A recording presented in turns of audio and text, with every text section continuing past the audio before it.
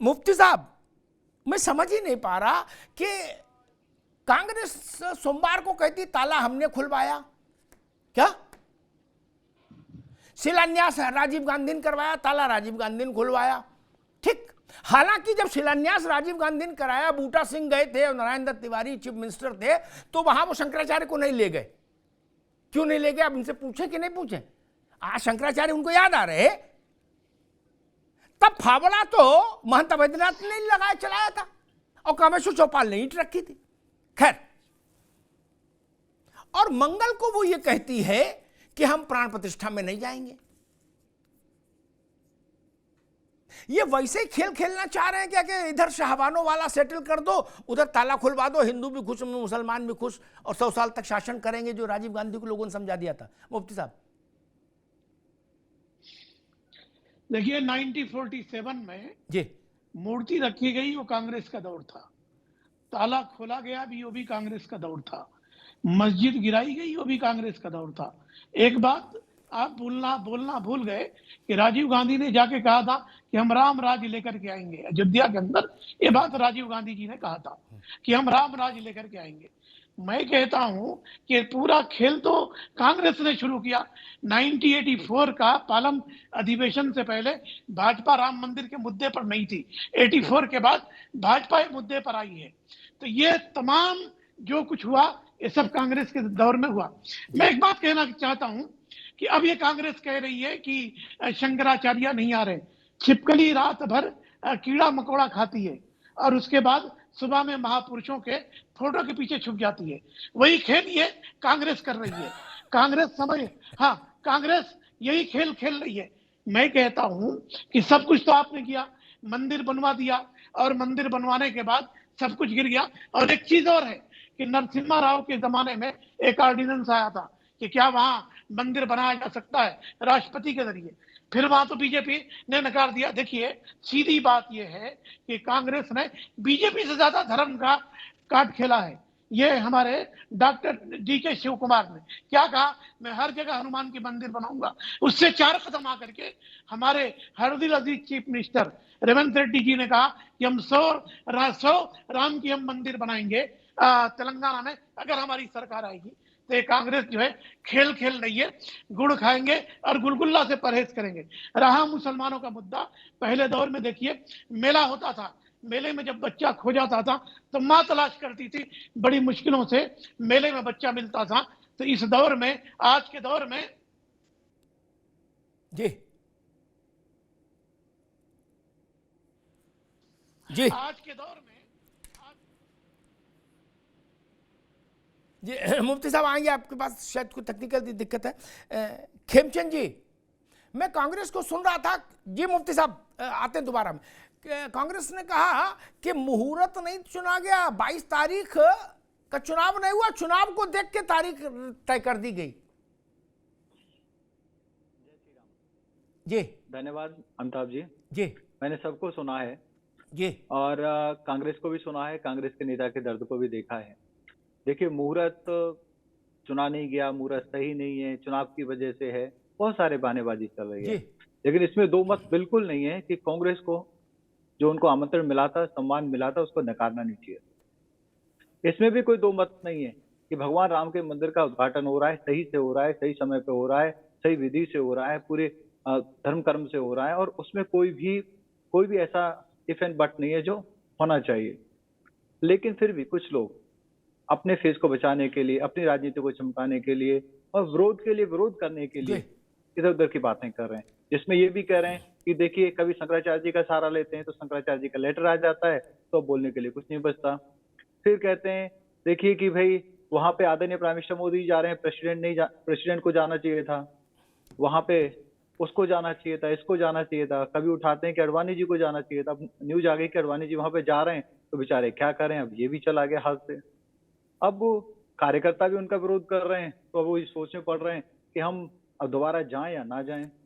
अच्छा होता अगर ये जाते, वहां पे आशीर्वाद लेते, मत्था टेकते, और पूरे खानदान ने अभी तक भगवान राम के सामने मत्था नहीं टेका, वो दाग भी हट जाता कि गांधी परिवार भगवान राम से नफरत करता है, अयोध्या से नफरत करता है। इसीलिए आज से नहीं, आजादी के तुरंत बाद से कोई भी इनके खानदान का व्यक्ति अयोध्या में जाके भगवान राम के चरणों में उन्होंने अपना माथा नहीं टेका।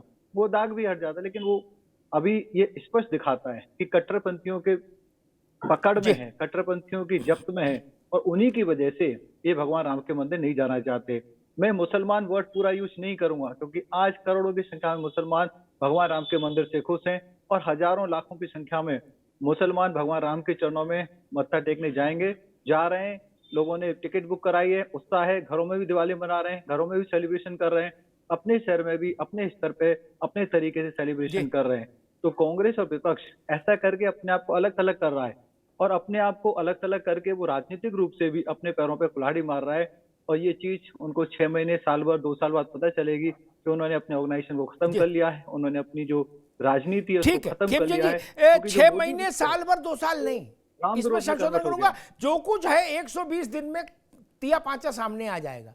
लोकसभा दान महाकल्याण, अमिताभ, मैं ये कह रहा हूँ, दान महाकल्याण नहीं, वो तो लोकसभा में हो गई, उसके बाद राज्य के इलेक्शन आ रहे हैं, राज्यों के भी इलेक्शन आ रहे हैं। अभी रुकना, एक मिनट रुकना होगा। मैं कांग्रेस चंद्रेश भाई एक सवाल आपसे लेना चाहता हूं, फिर मैं देवनाथ जी के पास जाऊंगा।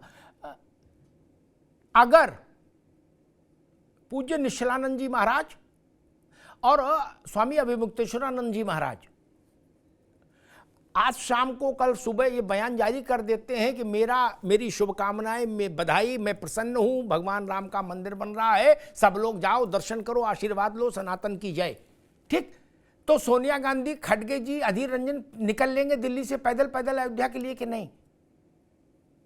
फिर तो ये तर्क खत्म हो जाएगा कि हम इसलिए नहीं जा रहे कि शंकराचार्य नहीं, हालांकि दो तो कह रहे हैं कि जाओ, उनकी नहीं सुन रहे, नहीं। जो दो नहीं कह रहे उनकी सुन रहे हैं आप जी। अमिताभ जी, आपने 2 शंकराचार्यों के बारे में जांच पड़ताल की, लेकिन मुझे लगता है आपने ठीक से जांच पड़ताल नहीं की। मैंने भी जांच पड़ताल किया, और राजनीति में जब मैं बोलता हूं तो मैं बहुत सोच समझ कर अपनी बात कहता हूं, क्योंकि 10 साल 20 साल बाद भी ये बातें राजनीति में रहती हैं, और गड़े हुए मुर्दे अक्सर राजनीति में उखाड़े जाते हैं, जैसे यहाँ उखाड़े जा रहे हैं। शंकराचार्यों ने 2-3 बातें कही कि प्रधानमंत्री किस आधार पर इनॉग्रेशन कर रहे हैं। नहीं, एक मिनट, मैं कह रहा हूं, एक मिनट, अभी रुकना होगा आपको, आप गलत बात कर रहे हो भाई। मैं कह रहा हूं भारत के 2 शंकराचार्यों ने अपना आशीर्वाद दिया घटे उस समारोह को। ठीक है, मैं 2 और शंकराचार्यों की पूरी, तो ये बोलो ना, आप शंकराचार्य बोलते तो चारों जुड़ जाते हैं ना, 2 बोलो। मैंने पुरी के शंकराचार्य को कल सुना, पुरी के शंकराचार्य स्पष्ट कर रहे थे कि राम को भी पत्नी के बिना पूजा यज्ञ नहीं करने दिया गया, सोने की सीता बनाई गई। मोदी जी कैसे पूजा करेंगे बिना पत्नी का? ये शास्त्र इसकी अनुमति नहीं देता है, शास्त्र सम्मत नहीं है। दूसरी बात, कोई भी भवन आधा निर्मित हो उसका इनॉग्रेशन नहीं होता है, उद्घाटन नहीं होता है, प्रवेश नहीं होता है, इसलिए खंडित मूर्तियों की स्थापनाएं नहीं होती है। बहुत सारी मूर्तियां वहां भी खंडित है, वो पूरा मंदिर बना नहीं है। तो शंकराचार्य कह रहे हैं कि ये जो कार्यक्रम हो रहा है वो शास्त्र सम्मत नहीं है। ठीक है चंद्र जी, मैंने जो सवाल पूछा, ठीक है, अब रुक मैंने जो सवाल पूछा उसका जवाब नहीं दिया, बाकी आपने पूरी शंकराचार्य का पूरा कथन आपने, नहीं अभी रुकना होगा, अभी रुक जाओ, अमिताभ जी एक सेकंड, नहीं अभी रुक जाओ भैया, रुक जाओ। कांग्रेस को ये समझ ही नहीं आ रहा, देवनाथ जी क्या, अभी रुक जाओ भाई, देवनाथ जी, हमारा विरोध नहीं है। अरे रुको भाई, कार्यक्रम शास्त्र सम्मत नहीं है। अरे रुको, मैं तो ठीक, मैं बड़ा हैरान हूं, चंद्रेश बाबू, जयराम रमेश, पवन खेड़ा इतना शास्त्र जान गए 3 दिन में, हद्दी हो गई। रुक जाओ भाई, रुक जाओ दादा, अभी रोकिए इनकी आवाज, रोकिए आवाज, अभी नहीं। देवनाथ जी, उत्तर भारत में अयोध्या के स्तर का विशाल कोई मंदिर नहीं है मेरे ख्याल से, इतना विशाल। दक्षिण में बहुत सारे मंदिर हैं, ठीक। मैं अपनी बात को चुनौती के तौर पर तो नहीं, लेकिन एक दृष्टांत के तौर पर जरूर रख रहा हूं, क्योंकि साधु संतों का मामला है, इसलिए मैं चुनौती शब्द तो इस्तेमाल नहीं करूंगा। दक्षिण में दर्जनों ऐसे मंदिर हुए, ये कांग्रेस ध्यान से सुन ले, जहां गर्भगृह बना, भगवान के विग्रह की स्थापना हुई और पूजा अर्चना आरंभ हो गई। उसके बाद 5 एकड़, 10 एकड़, 20 एकड़, 50 एकड़ तक मंदिर फैलता रहा। वर्षों वर्ष निर्माण चला, वर्षों वर्ष, दशकों दशक निर्माण चला। पूजा चलती रही। ये कौन फैला रहा है ये प्रचार? कौन ये कह रहा है कि 1000 साल तक वो जब ताजमहल बन जाएगा उसके बाद ये मकबरा है क्या? ना समझ रहे लोग, ना समझ है लोग। ये बिल्डिंग नहीं बन रही है। मंदिर का मतलब जानिए। मंदिर का मतलब गर्भगृह, जहां भगवान विराजित हो जाए, भगवान की प्राण प्रतिष्ठा हो जाए, उनका नियमित राग भोग आरती हो जाए, मंदिर हो गया। उसके बाद 10 एकड़ बनाओ, 100 एकड़ में बनाओ, सोने के दरवाजे लगाओ, चांदी के दरवाजे लगाओ, लगाते रहिए 10-20 साल तक। योगी जी गलत तो नहीं कहा मैंने? मैं दक्षिण के 20 मंदिरों को उदाहरण दे दूंगा जहां दशकों तक निर्माण कार्य चला और आज भी निर्माण कार्य चल रहा है। देवनाथ जी, तब ये शर्त अयोध्या पर क्यों थोपी जा रही है? योगी जी। जी अमिताभ जी, ये हकीकत तो ये है नहीं। ये तो अब 2 दिन में बाने इनके पास वो मिल गया, शंकराचार्य जी ने बोल दिया और हम नहीं जा रहे। ये तो 2 दिन से कह रहे हैं। उनसे पहले क्या थे? ऐसे कई मंदिर है, हमने भी देखे, प्राण प्रतिष्ठा हो चुकी है, उसके बाद में मंदिर बने 5-5, 10-10, 20-20 साल लगे उन मंदिरों को बनते हुए। मंदिरों का काम है, बड़े बड़े चलते रहते हैं, लेकिन प्राण प्रतिष्ठा हो रही है। अब ये जितने भी है, जयराम रमेश है, पवन खेड़ा है, महाब्रह्म ज्ञानी भगवान जान, इनको कहां से 2 दिन में इतना बड़ा शास्त्र पढ़ के आ गए? अच्छा, दूसरा इनको समझ लीजिए, बिना पत्नी के यज्ञ में क्यों नहीं राम को बैठने दिया गया? जरा इसका जवाब दे दीजिए। जी योगी जी। जी, बिना यज्ञ का अश्वमेध यज्ञ में बिना पत्नी के राम को यज्ञ पर क्यों नहीं बैठने दिया गया?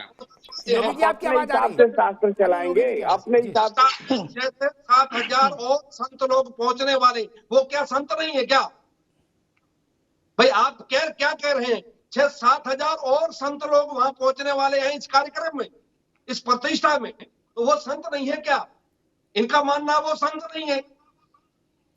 अरे शंकराचार्य जी 2 नहीं आ रहे उनका। ठीक तो वहाँ का ठीक शंकराचार्य ठीक से करिए।